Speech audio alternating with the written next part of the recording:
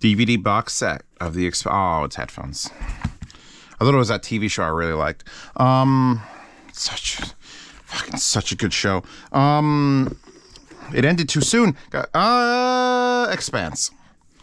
$4,000 open back planar. Dan Clark Audio.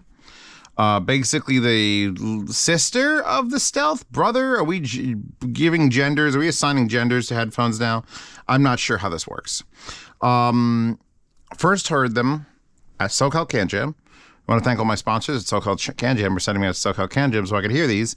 And then it was more importantly to hear other people's reactions, because I'm me and I don't understand people. But when other people are like, there were just sounds emanating from anyone who was using the Expanse. And I try not to critical listen to anything while there, because it's first impressions. It's noisy. It's not my music. It's usually not my source, especially on this, which take a lot of power. So I just sort of like heard it, went, all right, I know probably how this is going to be. It's going to be very similar to the Stealth. This is better than the Stealth. I want to talk about open back for a second. When you can see the grill pattern and hear music coming out of it, like when it's closed like together like this, that usually indicates it's open back. The problem is Dan Clark tunes headphones with an incredible amount of dampening on the front and rear of the drivers. So while you can hear music escaping, and that is probably part of the tuning, is I don't have to deal with that, super highs are just coming out through it. When you wear them like this, and I start talking, I feel like I'm wearing a racing helmet or protective earwear, because there's no sounds coming in. Like my voice, and then, like, is this headphones? It is. I'm like, okay, so if you have it in your head that these are going to sound just like a big open, like if you need to hear your elderly mother calling for her medicine, don't. That said, I think these sound more open than the closed Stealths, even if to you and your weak human hearing, you can't perceive it. Real quick build. Tryptophobia, sort of like lots of honeycomb, very natural shape. I kind of like it. I kind of like it a lot. Like the way that this comes in here, and it's like they took a metal just stamp, and it's perfectly in this shape with the blue behind it. The blue is delicate and fine, except for up here where the blue is like fucking blue. It's that Lamborghini stitching again, just like on the Stealths, where they're like, that might be too much. You could have just been a little bit less, little less. They have their own logo with the A is this thing. The logo is on here in metal. The logo is on here in metal. And in case that wasn't enough logo for you, it does come with an Expanse bumper sticker, essentially. Because as someone who knows a lot about stickers, usually with titties on them, this is like a travel case sticker. Don't know. You also get a certificate of authenticity. And I'll put that right down there because, in case you decide to sell these, you got to have that certificate or no one will believe you. It uses the same folding mechanism as the Stealths, which I showed off. Actually, it's the same folding mechanism we've had on a few models. The Aeon Open X's there don't have it, where this articulates. One of the things about the super linear clamp, right? Super thick headband, even though it's kind of hard, actually. Like, this is not a soft padded thing. These individual spaces here are kind of soft, but overall it's kind of stiff. One thing I don't like, it does flex this way, so you get forward and backwards and you get this tilt. What I don't like is the fact that it's relying on elastic in there, because elastic, like my watch band here that I made, is made of elastic. But when it stops being elasticy enough, I can just cut it and then sew another one together like I did on this one. I'm so proud of it. This is inside the headband of a $4,000 headphone you just bought.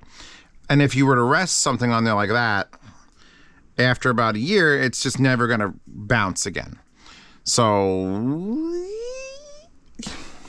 as long as you're resting it to a point where it's at the bottom, you'll get a couple years before that elastic starts to fail. But that's just one of those things. It's like, oh God. Uses the same connectors here as like on the Peacock and every other Dan Clark audio device has ever been. ever since like the remember the Mad Dog Primes and the Mad Dog Alpha Primes? God, those are such cool names. Now we just have names of TV shows. These pads are, I don't remember if these pads are the ones that were on the Stealth. Like exactly. Very, very smooth suede, solid suede, and then leather on the outside, or pleather, probably pleather.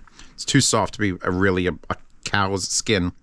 You can see the angled driver in there. In fact, you can see the angle of it because this piece of 3D printed gear, when you buy it or when you put it in the case, you're supposed to do that to protect it so that the pads don't crush each other. And those carry the angularity of the internal driver. So you can see that. Put that over there. I'm amazed I can even see light through it. It's barely, like that's a 150 watt LED. We try to talk how they sound. I'm gonna plug it into their wire. The wire, by the way, very decent. It's improved so much since the old days of the Dan Clark cables, where the dumb cables literally were dumb. Although I think they charge a ton. I should have sponsored this video by like Periapt, but I haven't gotten a Periapt cable that takes this because there's so few headphones that take this connector. And then you sort of like give it like a random rotation until eventually it meets up and goes click. We put this on our head. It blocks out all sound. They're very light. They're very comfortable. Like at least they've got the comfort down. But we got to talk about what I thought about them in CanJam and what I think about them here. Because at CanJam, I didn't hear them with my source. I didn't hear them with my music. And I heard them on what they wanted to play it on. And then other people took them and they were getting like the Nautilus, which is a $9,000 tube amp. You probably have noticed this Black Ice Audio Fusion F11 sort of sitting here, ominously. Well, I figured if I'm going to pull it out and do a review, it's going to be this review. Because these headphones like a little bit of color. Not like, they don't need, they just need something. Because the Stealths had to have something going on. You had to have a Class A or a dirty fucking hot dog water tube amp, something to just fuck it up so that you could actually enjoy them.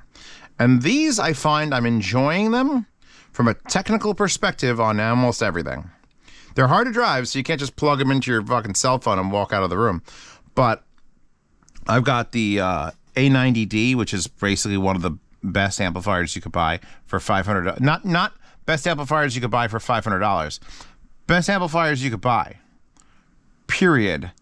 And it only costs $500. Below that is the Topping LA90, which is the speaker amp equivalent of this.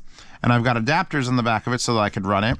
And it gives you a little bit more, actually it's probably not even that much more power, but it's a little bit warmer. Like it's a little more free to do its thing. Here's a song I wrote a while ago. I never been on anything. Got some Chris Cornell cleaning his gun in my headphones right now. And I was sitting here shuffling tracks, as was my wont. And I was sort of just like astonished at how clear everything is. That's the word. Clear. Everything is in its place. Everything is presented to you. The low end actually is like there. Whereas usually like it's sort of like, all right, it's presented, but it's not like, it doesn't, it's there. And you guys wanted me to get another cat. Well, now you got him. 2 of them, actually. The other one's quiet. Sweet's quiet. The Drake just screams. Michael Jackson's Unbreakable is just idling at the beginning. I don't know what this is, but it's like brrr. If I had a choice, though, would I run it on a solid state amp or something crazy? Well, the answer to that is simple. Plug this in. Yes. Tube the fuck out of these. The problem with tubing the fuck out of a $4,000 relatively hard to drive planar is planars don't like tubes, and planars don't like hard to drive. Planars don't like tubes, and tube amps don't like hard to drive planars. That's what I meant to say. Luckily, the Audioval Solaris, rest in peace, the owner, is, I think that's 8 watts per channel tube amp, which is speaker outputs. So can run these. And then I ran and grabbed the Black Ice Audio Fusion F11, which has a headphone out in the front. I'm like, all right, it's got speaker outs in the back, but it's got a headphone out in the front. I'm like, let's give this a shot. And this is where I'd want to live. I'd want to live inside of these. My enthusiasm level here, if you've never been to Z Reviews, hi, I'm Zeos Pantera, your host for Z Reviews. Been doing this for, I think my channel birthday was in October, for 9 years. And I get enthusiastic about an audio product when its price to performance ratio is high. If I get a $100 amp and it sounds like $500 and $600 amplifiers, I'm like, what the fuck? I freak out. This is a $4,000, very scientifically built, proven format headphone. I'm not surprised it sounds this good. So the only thing I could tell you is that it is as good as it costs, but there are other options if you want to explore them. And if you don't have, this is a very particular sound. You have to want nothing. Not sterility, it's not sterile, it's super revealing, super clean, tight bass. I like it on tubes more than I like it on solid state, although both seem to work. I said this is better than the Stealths, and I stand by that. But would I personally spend, do I think I need this sound for $4,000? No. I personally don't need this sound for $4,000. I'd rather throw my money at 8 $500 headphones that just do all sorts of too much bass and too wide and too narrow, just so I can have flavors to choose from.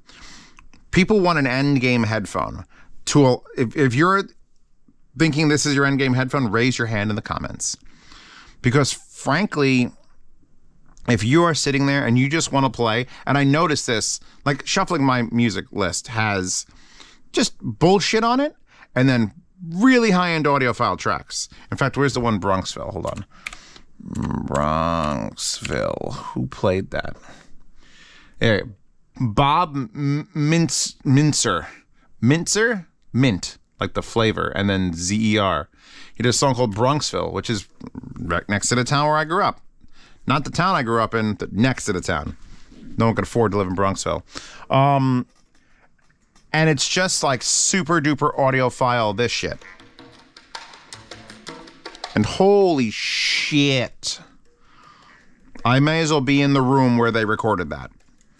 Like it's just, I'm there. I'm fucking there. I'm especially there on a tube. And we'll unplug this and we'll go to this. How's my volume?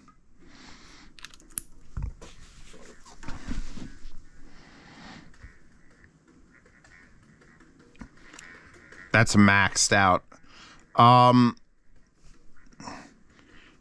Yeah, the reputation that precedes these is correct. Someone's playing with a horn. Playing with a horn. The horn just started like behind my head and it's slowly moving around and now it's settled. That's where it is. And there's just echo and imaging is perfect. I don't want to say it's great because great indicates that it could be better. Like it could be something that's better than great. This is perfect. Now, when I get off of like Bobby Mintzer, and I go to something else that's not him, like Mindless Self-Indulgence just happened to come on. Although that's not a good song. Yeah.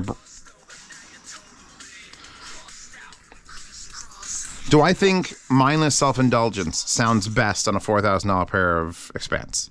Probably not. Great, Alexa's trying to answer my questions. It's fine. It's fine. Everything's fine. Smart homes are great. Everything's great. I'm gonna beat your ass, Alexa. Stop it, Echo. It's fine. It's fine. It's fine. This doesn't sound bad. Let me put it that way. No matter what your recording qualities are, this will be the most you could hear how bad or how good. That's what. This is why it's not. This is why when you ask me what's my favorite headphone, like at the moment, and I'm probably not bringing it to Capital Audio Fest, it is the Lyrics. Meze Lyrics are forgiving. You put them on, and no matter what your taste in music is, no matter what your source is, whether it's Spotify, not premium, or fucking MQ, I'm sorry, I almost gagged, or DSD or fucking CDs or vinyl, the lyrics make everything beautiful. It's like you drank too much, then you're just looking at all these beautiful people, and they're all beautiful. This is like you just took Adderall, and now you're looking at all these people, and you're like, that fucking guy's nose is just, why is his nose so fucked? Stop being fucked up. You're just judging. This is a much more judgy headphone. And if you have impeccable taste in music, that'll be fine. If you have mindless self-indulgence, it's still good. You're just like binoculars at the fucking song going, what is happening in here? Why don't I like this? Or why do I like it? There's music that's come on that I've never heard it sound better than on this headphone. And there's music that comes on that I'm like, well, I could just take it or leave it, this $4,000 headphone on a fucking... I don't even know how much the Fusion 11 F11 costs. Literally, I just took it from them and I put it in the basement. And I'm like, I'll get around to like looking at it. And now listening to it, I'm like, well, now I should probably figure out how much that costs because it's fucking gorgeous. It's the first tube amp I have with a glass touchscreen. We'll get to it. But yeah, no, the Expanse is whatever you feed it. You are what you eat. And this is one of those audiophile headphones that you have to feed it, expensive usually, and you have to feed it well recorded. You have to. It's that fucking panda at the zoo that's gonna die because it doesn't make offspring because it's so just fuck already. We're just yelling at these goddamn endangered species. Just start fucking. But no, I don't want to. Well, all right, fine. I'll feed you tube amps and I'll feed you DSD, and then that's when it's the greatest thing on earth. If you listen to just every genre of music, you're gonna find 30% of it is just, I don't know why I spent $4,000. The other 70% of like well-recorded stuff, actually it's probably reverse of that. 70% of it's going to be like, why did I buy these headphones? 30% of it, oh, that's why. You're going to come to a lot of those moments like I did. You come to moments where you start listening to it and you go, oh, that's why people are spending $4,000. Okay, it makes sense. If you are unlucky and you get 5 or 6 tracks in a row that are just like I've heard it better on Zeus, Harmonic Dyne Zeus, linked in the description. I've heard it better on Zeus. It's been wider on Zeus. It's been more bass on Zeus. That's just your playlist not jiving with these, or your source not jiving with these. But once everything lines up, that Bronxville song with either the Black Ice Fusion F11 or the Solaris on these is the kind of shit that if you played it for someone who's a novice, you'd ruin them. Because they would chase that sound, and the only way to get that sound at that level of detail would be below 4 plus another 4. I'm assuming this is like a few $1,000s. I know that's $4,000 without the DAC. And I'm actually DACing that with the Geshelli Labs J-Knock, just in case you're wondering. Because using the DAC and that is USB, and I'm not fucking... So just a Geshelli Labs balanced into that. Or this with another Geshelli Labs feeding it. They're going to be at a Capitol Fest. This has got it's all Geshelli Labs. Yeah, that's it. I give my approval sticker for the Expanse with a fucking asterisk. You need to understand what you feed it matters.